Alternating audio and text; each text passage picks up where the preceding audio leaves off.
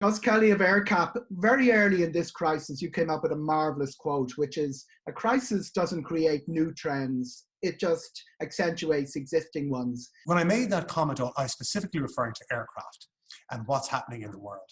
And prior to this crisis, there was a trend that airlines were moving rapidly into more fuel-efficient assets. And that was occurring faster than people realized. I'll give you an example. A normal aircraft is a 25-year useful life. And if you bought a 777, for example, say in 2005, I'm pretty sure you're going to get 25 years out of it. If you bought one in 2017, it was deeply uncertain that you would get 20 years out of it before the crisis. And now what we're seeing is that airlines are scaling back their fleet. The environmental movement is happening, rightly so, and it's an unstoppable trend. And airlines are going to downsize the number of airplanes. So the one trend that we were very familiar with and we could observe as being the biggest owner of commercial airplanes in the world prior to this was that was happening. And we see that accelerating now.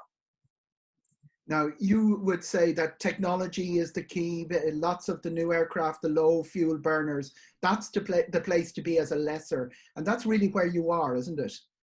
It is. We're the biggest owner of new technology airplanes in the world, bigger than any airline or any leasing company. And we've been the biggest buyer of new technology assets in the world for the last decade. Leasing, is it back in growth mode because clients who are running out of cash aren't going to be buying aircraft? They're not going to be buying aircraft, that's absolutely for sure. They most definitely will be leasing airplanes. What's going to happen on the far side of this is airlines will get through. Now they're getting through a combination of state aid, additional debt, new equity, or going into bankruptcy. But on the far side, the vast majority of airlines will have significantly more debt or state aid. Airlines, management teams will want to get out of the state aid as soon as possible. Repaying state aid will be the absolute priority. And we have seen how that works in the financials. Management teams want to remove state aid because it impairs the business strategically and it impairs management compensation. And it's been my experience that self-interest trumps everything in the short run, medium run, and the long run. And that's going to happen. So what will happen is airlines will say, there's no way in the world I'm sending billions of dollars to Boeing and Airbus. What I'm going to do is, to the extent I need new airplanes, I'm going to lease them. And I'm tapped out with many banks. I can't raise a whole lot more debt. So the assets I have on my balance sheet, I'm going to probably do sale leasebacks with them. I think there are trends you're going to see. I think it will be very difficult for airlines to continue to order airplanes at the scale they were ordering at in the past. Now, don't get me wrong. The airline industry is facing a greater crisis than it ever has, be it 9/11, the financial crisis, SARS, and it's a global issue. Now, for sure, without the state aid that was brought to bear around the world, that state aid gave other capital providers the confidence to augment the capital that the airlines received. And that is what's going to make sure that airlines get to the far side of this. Many who don't get that are filing for bankruptcy. We see that around the world as well. And for sure, we'll have less airplanes at the end of this and less airlines. But that being said, on the far side, people will travel. Sale and leaseback, is that the name of the game? Even the last few days, we've seen it being produced by Boeing as the salvation of their MAX sales. And is that one of the trends you're going to see accentuated? You will, for sure. There's no doubt about that. I also think that, like a lot of industries around the world, quantitative easing led to extremely cheap money and lots of it. And that led to poor investment decisions. And what we saw was many participants come into aircraft leasing because they saw it as an industry that could yield a decent return. But people were equating US Treasury risk with a startup airline in India and pricing them the same. That dynamic has changed, and those participants that came into the industry, we can see them leaving already. So when I talk about our own future, don't get me wrong, on the far side of this all, everyone's weaker. Boeing, Airbus, they're the manufacturers, the lessors, the airlines, everybody is weaker, but it's about your relative position in the complex. Those lots now with Airbus and Boeing, which nobody could get a year ago, are all going to get freed up. Well, you know, Boeing and Airbus are cutting production too. So when Boeing and Airbus were producing, say, 120 airplanes a month, or planned to on the narrow body side, they were sold out and they didn't have the capacity. Now what's happening is production has been scaled back enormously. You know, Boeing are talking about 20 airplanes a month, Airbus 40 max. So you've had a huge reduction in the amount of supply coming into the industry. So right now, if you said to Boeing, I want a 737 max, they couldn't give you one. If you said, I want one in 2023, they'd say, we just don't know for sure. We have built our production line for the next couple of years to match what we think is a pretty robust demand. So there's not a whole lot of speculative capacity in the production backlogs at the moment, because production has been cut back so much. So it's an interesting thing, you know, you would say demand has fallen, but supply is falling a lot as well. The prospect of those bargains that crop up in a crisis, most famously after 9/11, aren't going to be there. They're going to manage their way through this a lot better than they did through those. I think there'll be opportunity. Don't get me wrong. There will be situations where, you know, airlines have fallen over. They're in bankruptcy, and you'll say to Boeing or Airbus, right, you have already built this guy. You didn't expect him to fall down. He's got 30 or 40 airplanes that are in build. Someone will take him. That would be opportunity. Or will you see other leasing companies get into trouble, etc.? So opportunity will come. But in our own business, what we've always seen in the past is Boeing and Airbus have a choice on supply. They can decide to manage supply because it's a duopoly. Very different from something like shipping, where you have dozens of manufacturers just want to cover variable cost. So Boeing and Airbus can regulate supply themselves, or they can let the market do it in a more chaotic fashion. And in the latter case, what will happen if Boeing and Airbus say to an airline that comes in and says, I ordered 100 airplanes, I can only take 20. Boeing and Airbus could say, no, you're going to take every one of those airplanes, and that's it. The airline will either then file for bankruptcy itself, or if it takes the airplanes, one of its competitors will file for bankruptcy and Boeing and Airbus lose the order book. What they do historically always is they'll say, okay, you can probably take 30. We'll defer the other 70 or cancel them. We'll keep the payments you've made in advance, these pre-delivery payments. But generally speaking, the market supply will either trend towards some form of balance with Boeing and Airbus managing it, which has been what they've done in the past, or the market will manage it for them through bankruptcies and losing the orders. Are you worried about bankruptcies? They've all been prevented in Europe anyway, North America, by state aid, but there must be a domino of bankruptcies on its way. We've seen some in South America already. And how exposed does that leave you? Sure. I mean, because we're, you know, look, as I said, we're the biggest owner of airplanes in the world. We're going to be with all airlines. And so we will see, we've seen bankruptcies in Southeast Asia. We've seen them in South America. For the most part, in Europe and the United States and in China and Japan, where very wealthy countries have decided, for the most part, to support their national carriers and the aviation sector in general, the bankruptcies have not occurred. But I should say, Eoghan, to be candid, when governments put in money, they say, okay, we'll put in the money, but we need to see labor do something. We need to see the other creditors of the group, such as the lessors, do something by deferring payments or pushing back deliveries or taking them back a bit early. So it's a combination of these factors that are occurring. You know, the fact that state aid comes in is not a total free lunch either. And what has to be done is that all the creditors of the group and the labor component of the airline must do their bit. And for the most part, that's happening where state aid occurs. Where it doesn't in parts of the world, we do have bankruptcies.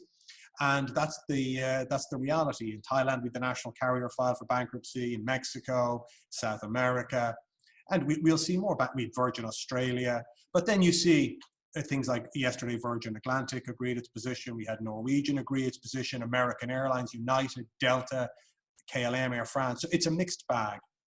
Will you end up with bits of equity of airlines all over the world at the end of the year? It's not our core business, but, you know, Owen, the reality is, of course, look, where you have a situation where an airline's gone bankrupt and you're a creditor to the airline, you generally end up with a piece of the equity. That's the reality. And that will occur as we see bankruptcies. Or in some instances, you may have to say, as part of your repayment, you know, to keep yourself whole, you may take a portion of the equity like we did in Norwegian Airlines.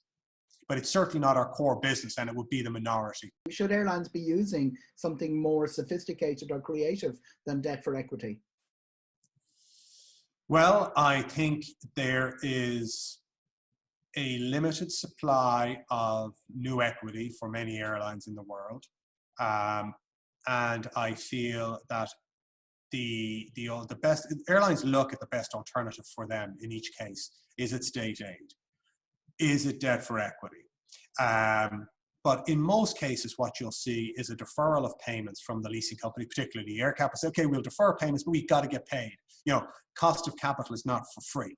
Now, if you file for bankruptcy, then we expect to see the existing equity be completely diluted, worthless, and then the creditors have to step in and help salvage the airline where we think it's salvageable. If it's not, then we just let the airline go away.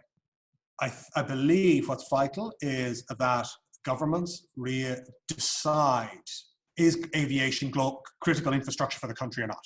So far, the vast majority of governments say, yes, it is. Okay, if we've made that decision, let's move reasonably quickly to fix things in terms of the airline, on the capital side of the airline, make the cuts that need to be made in terms of labor forces. Now, but that's a temporary, that's just getting the patient out of intensive care. What then has to happen is there has to be global cooperation on how we restart air travel and commerce in general. If we don't have that, then airlines will just be the walking wounded until we do, which could be a long period of time. You have an immediate short-term issue that needs to be resolved, and for the most part, governments are doing a reasonable job of that. But to protect their investments and to open up their own economies, what's very important then is that there is global cooperation on how we are going to restart air travel, what are the protocols we're going to use to open up various countries around the world. The European Union has done a very good job on that, to be fair to it. Yes, there are some countries who are imposing their own rules here and there, but for the most part, there are three enormous blocks in aviation: the China-driven market, the European, and the North American market. And the three of them do need to cooperate in order to ensure that aviation as a driver of global GDP gets back on its feet. Are you disappointed with Ireland, the 14-day quarantine, the lack of direction? Look, I think the country has made enormous sacrifices so far to get here. And what's very important now is that we don't inflict needless suffering on the economy and on the citizens of the country by restricting commerce occurring in this country. What we saw in the middle of June was the European Union issued guidance on protocols and also countries which it felt it was appropriate to travel to. We did not follow that. And I think the concern is that the longer we wait, the greater the damage we do to ourselves, because the facts are a bit different. On April 12, there were 2,099 flights conducted in Europe. Last Friday, there were 14,600 flights flown. And every day, traffic has been rising in Europe and in China and the US for that matter. The European governments have sacrificed as much as us. They would not have allowed travel to increase sevenfold in that time frame if they felt that travel was going to lead to a surge in COVID-19 cases. What we know on April 12, at the height of the pandemic in Europe, we were getting over 30,000 cases a day. Since then, the number of cases has fallen dramatically. The same is true in China. The one country that's been the most closed to international traffic is the United States. And it is the one that has seen the second spike in it.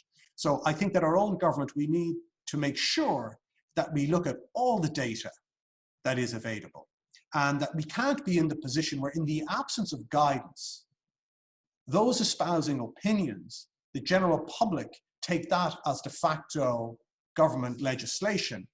And that is very damaging. We can't be in that position. The government needs to say what can and can't, what they recommend should and should not be done, rather than leave it to those who don't. They just can't have all the facts to data that a government would have. And I think that's very important for the country, because if we don't do that, what we will see is people continue to travel, and they may travel to places we don't want them to go. What we can see, we track our fleet every morning where it's flown to. What's clear is that when governments in various parts of the world give advice of where they want people to travel and not to travel, for the most part, it is really followed pretty tightly. But when you don't give guidance, then you may end up having people coming into a country from where you don't necessarily want them, or your own citizens going to places you don't want them to go. We see a thinning out of lessors. We will own, that's for sure. As I referenced earlier on, we saw, because of quantitative easing, it wasn't just aviation and leasing, it's property, it's all types of zombie companies were kept alive around the world because of this dearth of yield that could be earned, particularly on dollar assets. And it produced this wave of cash that invested in many asset classes. And aircraft leasing was no exception. What made it so attractive was a hard asset and a dollar asset. So we saw a lot of people come in, and what happened was they didn't build platforms or have scale. They just wanted to get dollars to work, so they would do a sale and lease back with an airline. As I said, we had the situation where startup airlines in India, Chile, or anywhere else in the world were receiving capital that's completely unheard of. The risks in a startup airline are significant, and to price it as though it is the risk of the US Treasury is completely erroneous. And that is what's happening now. And we will see and are seeing those people who don't have global platform scale and capability retreating from the sector. As an owner of airplanes, what you're always looking at is, can I consume the remaining economic life? So if I take my 777, if I have a 17-year-old 777, I'm probably going to get another 5-6 years out of it. I'm pretty sure I will. If I have a 5-year-old 777, I'm positive I won't get 20 years out of it. So if you're the owner of the asset, you'd much prefer to have the older one than the younger one. Now, on new technology, it's different, of course. And new technology is causing that shift away, because the new technology the airlines don't discriminate. It's all about efficiency in running an airline. And you will just say, I'm making a decision to exit a fleet. So Delta's a great example.